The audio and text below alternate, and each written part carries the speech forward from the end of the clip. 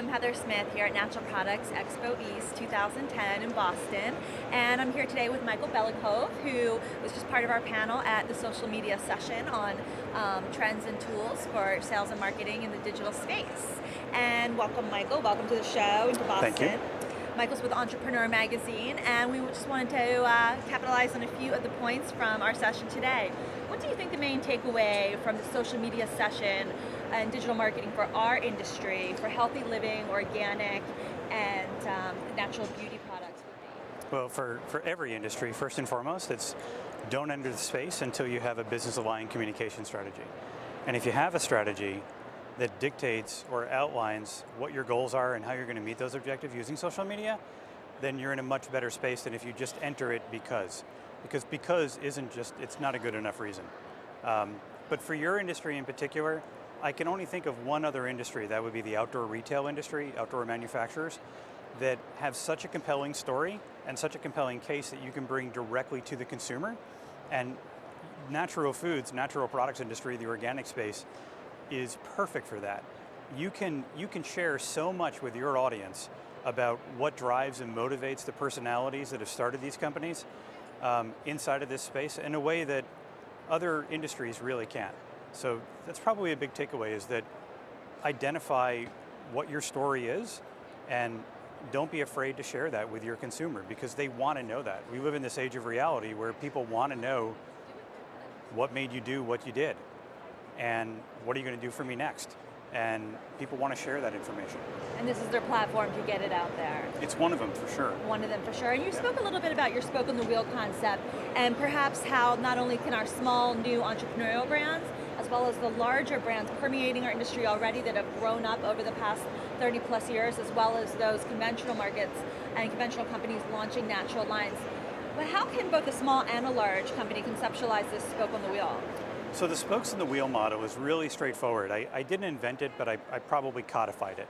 And all it means is that at the center of your universe and your business communication strategy is a blog or a website or an online branded property that you control yourself. From there, that's where you publish your content from. And your content is driven by an editorial calendar. It doesn't mean that there isn't flexibility in the calendar that you can react to the news of the day, but it just means that at least 30 days out, you know what you're going to be publishing about. Then, where the spokes come in, and your hub is really your blog or your website.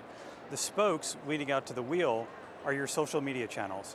So YouTube, Facebook, LinkedIn, intent.com, whatever channels you're publishing content to, which is where your consumers live.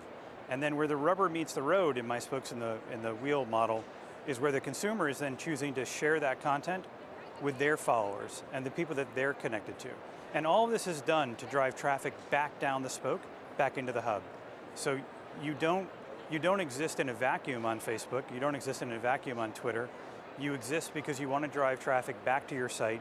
You want to engage the consumer at a level that eventually arrives at a lift in sales and a boost in sales. And so that's basically the spokes in the model system. And every company, it doesn't matter if you're large or small, can be blogging.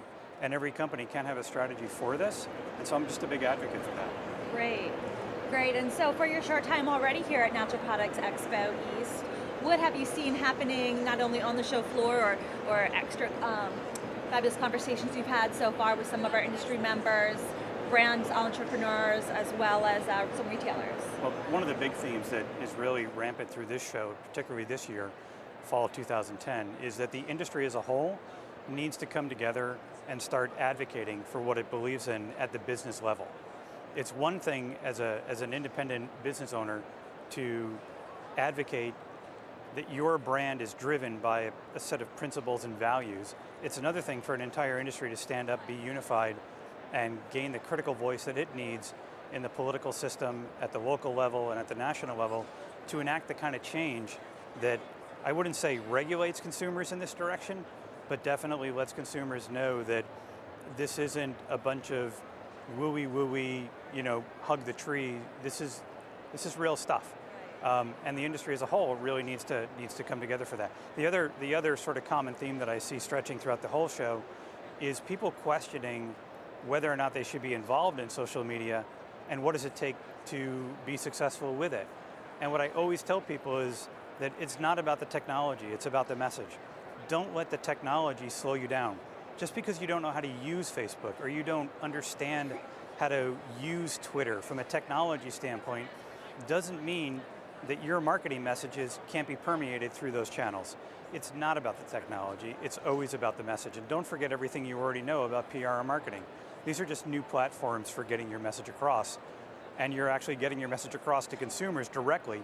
You're not having to go through traditional forms of media to do it. Thank you, Michael. It's been a pleasure having you at the show, and enjoy the next few days. Thanks.